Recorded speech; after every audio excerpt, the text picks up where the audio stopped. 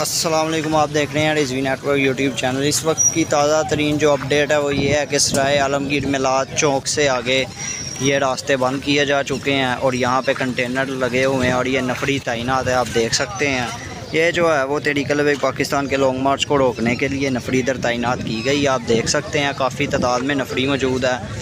Container के इधर भी मौजूद है, कंटेनर के उस तरफ भी यकीनन मौजूद है नफरी, और ये लॉन्ग मार्च को रोकने के लिए है। और आज रात का स्टे जो है वो अभी फ़िलवक्त मिलाद चौक में कारवां रुक चुका है और उम्मीद है कि आज रात का स्टे इधर ही होगा और कल जो है वो काफ़िला यहाँ से रवाना होगा।